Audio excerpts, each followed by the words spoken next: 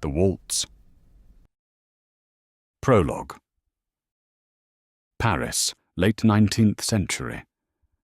Before bronze, before catalogue numbers, there is clay, soft, undecided, still belonging to the hands shaping it. The artifact is called the waltz, a couple turning, intimacy rendered as force. Before it hardens, it can still be refused, altered, renamed, and once it is cast, it can outlive the person who made it. Act 1. The artifact takes form. From 1889 to 1893, in a studio that smells of damp clay and heated plaster, Camille Claudel works as a sculptor among sculptors. Not ornament and not admirer, but a maker in full view. Auguste Rodin is already consolidating his reputation. His studio operates through assistants, apprentices, and the absorption of many hands into one name. In that environment, the waltz begins as talk, bodies locked, balance negotiated, the spiral carrying them forward. The drapery is not cloth. It is a mechanism for concealment and approval, and in a studio like this, force is currency. In 1892, Claudel applies for a state marble commission. The version is refused.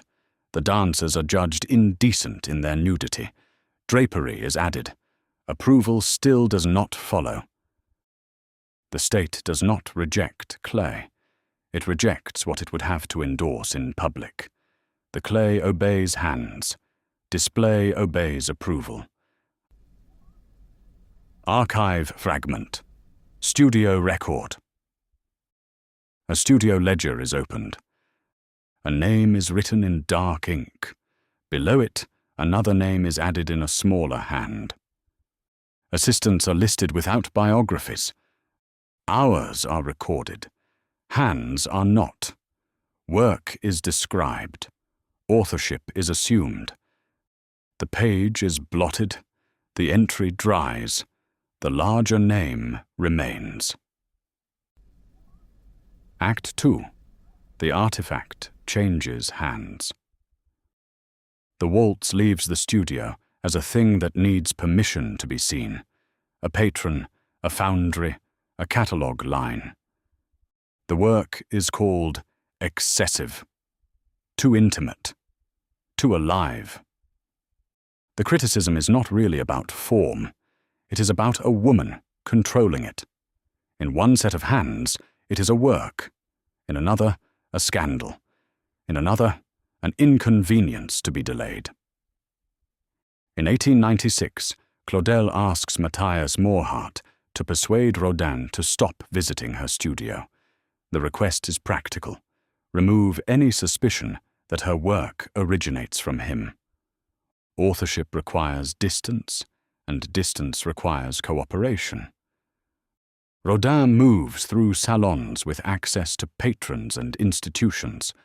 Claudel works with material and the authority of her own eye. The artifact does not change shape yet, but its meaning begins to.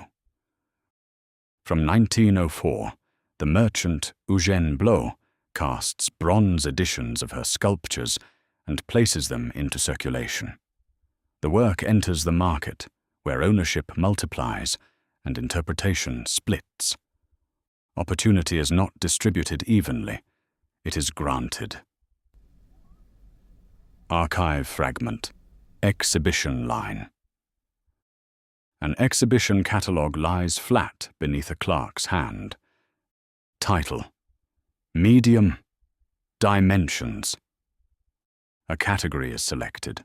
A school is assigned. A work is placed into a shelf of meaning. A line of print makes it official. The object becomes legible to the institution. The page turns. The classification travels with it. Act 3. The artifact becomes evidence. There is a point at which an artist understands that fairness is not forthcoming. The remaining decision is whether to insist on one's own name. Claudel does. Rodin's legacy expands through commissions, museums, and state recognition, and the world treats him as the center of the story. This is how narrowing becomes enclosure. The artifact survives, but its function changes. It becomes proof of hands, of authorship, of work that existed before the dispute. Proof is inconvenient in systems built on convenience. In 1911, Claudel's health declines. She withdraws from the public world. Wax models are destroyed. Plaster fragments accumulate. Work is reduced to rubble within the studio. Creation becomes debris. The artifact cannot protect its maker. Genius is not armor. Visibility without protection becomes exposure. The custodian of silence. The final removal is not the institution, it is the agreement outside it. Visitors diminish. Neglect becomes routine. Paul Claudel's reputation grows in diplomacy and letters. Camille becomes a familial problem resolved through distance and medical classification. Silence, when shared, begins to resemble permission. The institution maintains her body. The world outside ratifies her disappearance.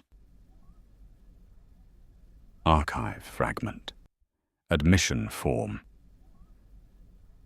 A confinement certificate is drafted on March 7th, 1913.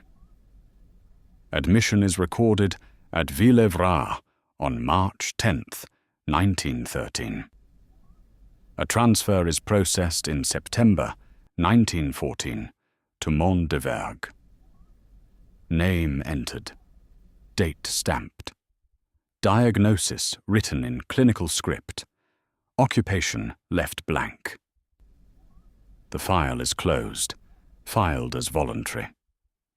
Requested by family. Epilogue. The artifact began as clay in a studio. It was modified to satisfy the public eye. It circulated under contested meaning. It survived as evidence when its maker was removed. On October 19th, 1943, Camille Claudel dies at Mondevergues after 3 decades of confinement, and she is buried in a communal grave. Rodin's legacy remains institutional. In 1949, a retrospective of her work is requested. In 1952, works are donated to the Musée Rodin. The archive reopens what confinement closed. The artifact remains. The archive remains. And whatever is printed first becomes the official version.